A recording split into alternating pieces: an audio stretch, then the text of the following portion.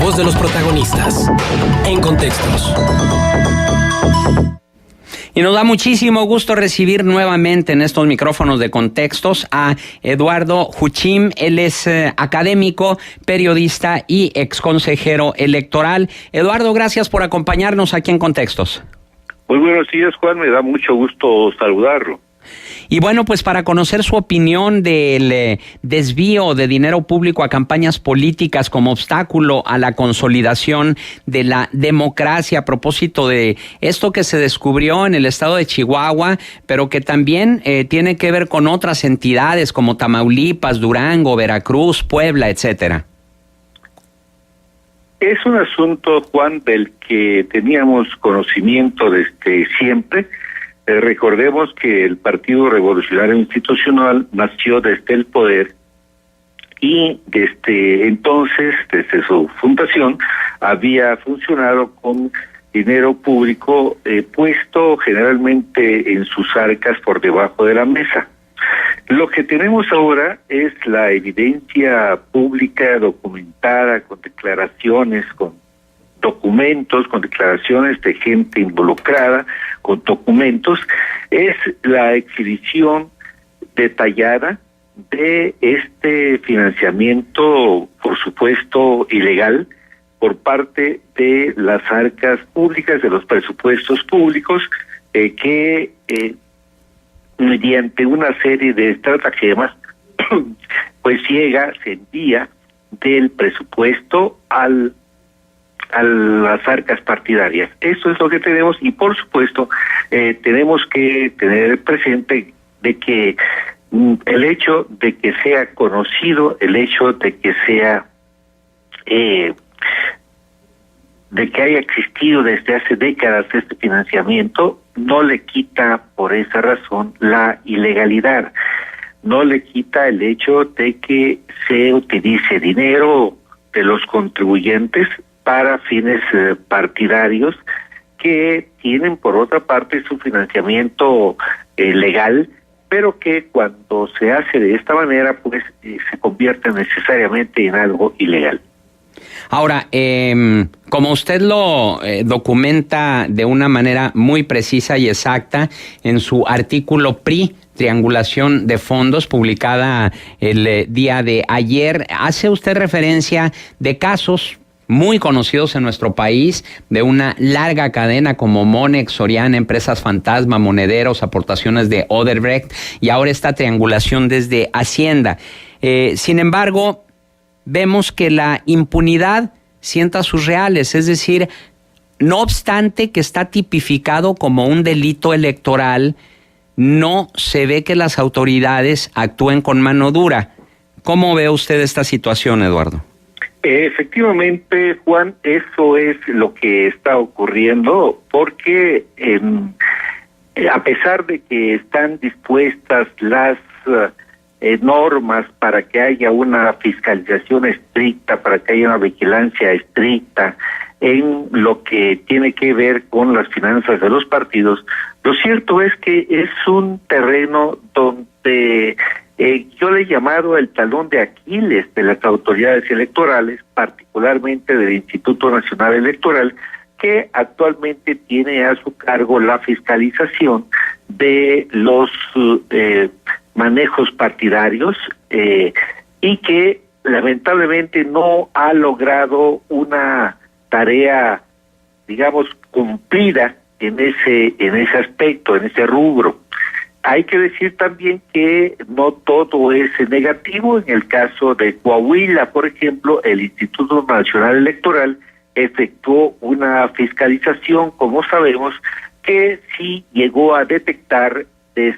no desviaciones, sino excesos en el gasto del entonces candidato priista, pero esto digamos que es más bien una excepción dentro de la norma, que es el hecho de que por lo general el Instituto Nacional Electoral no logra detectar realmente el gasto real en las campañas por parte de los partidos políticos y particularmente del que esté en su momento en el poder estatal. Entonces, ahí tenemos una falla permanente, diría yo, por parte del Instituto Nacional Electoral, aunque, por supuesto, los consejeros son reacios a aceptar que no están realizando ahí una tarea bien cumplida, aunque hay que decir también que se trata de una tarea difícil, sobre todo cuando participan todas estas madejas, estas redes de financiamiento para ocultar de dónde vienen los dineros que se utilizan frecuentemente con demasía, casi siempre con demasía, y de tal suerte que yo he dicho que el rebasar el tope de gastos de campaña, el financiar con dinero necesariamente ilegal, pues es prácticamente un deporte nacional. Y junto con esto está el hecho de que también, como no es solamente una falta administrativa, sino también un delito electoral, pues ahí también interviene otro organismo que es la Fiscalía Especializada para la Prevención de Delitos Electorales, la FEPADE, que recientemente, como sabemos, fue pues descabezada debido a que había un fiscal que sí estaba tomando en serio su trabajo, que sí estaba investigando asuntos como el escándalo Odebrecht y otros similares, y bueno, como esto no era del gusto de los líderes de la clase política de este país, pues sencillamente lo defenestraron. Entonces sí, ahí tenemos un grave problema para el funcionamiento democrático de este país, que es el hecho de que no se detecta, no se persigue adecuadamente el financiamiento real, el gasto real en las campañas y desde luego la presencia de dinero público, que por sí mismo ya es una situación irregular, aunque de tanto repetirse, pues ya casi no llama la atención, excepto en estos casos donde se documenta y se acredita la realidad de esta grave irregularidad para el funcionamiento democrático de un país. Sin embargo, el hecho de que el Instituto Nacional Electoral haya documentado este rebase de los topes de gasto de campaña, pues a final de cuentas no tuvo consecuencias, porque el Tribunal Electoral del Poder Judicial de la Federación pues le enmendó la plana al Partido Revolucionario Institucional y finalmente la elección fue declarada válida. En efecto, Juan, ahí tenemos un problema gravísimo para la elección, para las elecciones en este país, que se llama Sala Superior del Tribunal Electoral del Poder Judicial de la Federación. Y digo que es un problema muy grave porque estamos hablando de la máxima autoridad en materia electoral, pero que está teniendo un comportamiento sentencia tras sentencia, se está acreditando su parcialidad a favor del gobierno y su partido. Casi no hay caso importante en el que el Tribunal Electoral del Poder Judicial de la Federación no falle conforme a los intereses del partido oficial, del Partido Revolucionario Institucional, y esto, por supuesto, crea una grave laguna cuando no se tiene laguna en el funcionamiento normal de una democracia, cuando la máxima autoridad está actuando de una manera parcial, evidentemente parcial,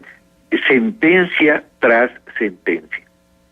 Y finalmente, don Eduardo, porque sabemos que tiene un compromiso posterior a esta entrevista, conocer su opinión sobre el hecho de que todas estas irregularidades y anomalías detectadas pudieran ser un causal para la pérdida de registro del Partido Revolucionario Institucional, y qué expectativas tiene usted al respecto. Sí, Juan, este es un asunto muy importante que a veces se pierde de vista. Este financiamiento ilegal está previsto en la Ley General Electoral, la LEGITE, está previsto como causal de pérdida del registro de un partido político cuando se da recurrentemente este tipo de financiamiento. Lo dice expresamente la ley, y esto es algo que me parece que no debe excluirse, aunque estoy cierto de que pensar en que el PRI pierda su registro suena un poco a broma, debido al comportamiento de las autoridades, un comportamiento laxo que no ha sabido sacar las tarjetas rojas cuando es necesario hacerlo, pero de todos modos esto no quita de que esta conducta conocida, probada varias veces a lo largo de toda la historia electoral de este país, del financiamiento ilegal, es una conducta que amerita la cancelación del registro como partido político. Es claro que hay una gran dificultad de que esto ocurra porque las autoridades son muy laxas en este aspecto. Ya vimos lo que ocurrió, por ejemplo, con el Partido Verde, que recientemente, hace algunos años, violó cuanta ley electoral existía, se burló de las autoridades electorales, estuvo una y otra vez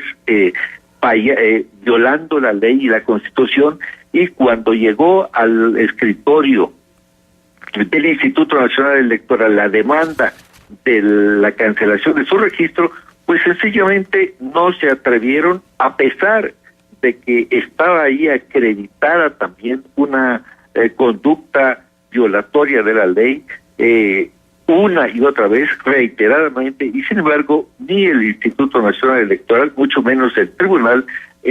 tuvieron la decisión como se los exigía la ley, la razón y la lógica. No se atrevieron a retirar el registro, o un partido, que lo del partido es porque de alguna manera hay que llamar a esta organización, pero que estaba evidentemente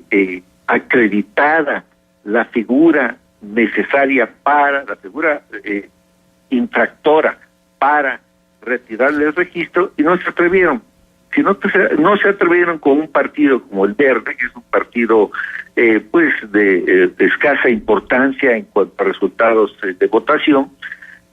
pues menos lo harían con el partido del gobierno. Pero de todos modos, esto no quita que ahí esté definida la posibilidad de que esto ocurra desde lo que establece la ley electoral. Muy bien, don Eduardo Juchim, académico, periodista y exconsejero electoral, nuestro agradecimiento por su valiosa participación aquí en Contextos. Me da mucho gusto saludarlo, Juan, y por su conducto a su auditorio. Muy buenos días.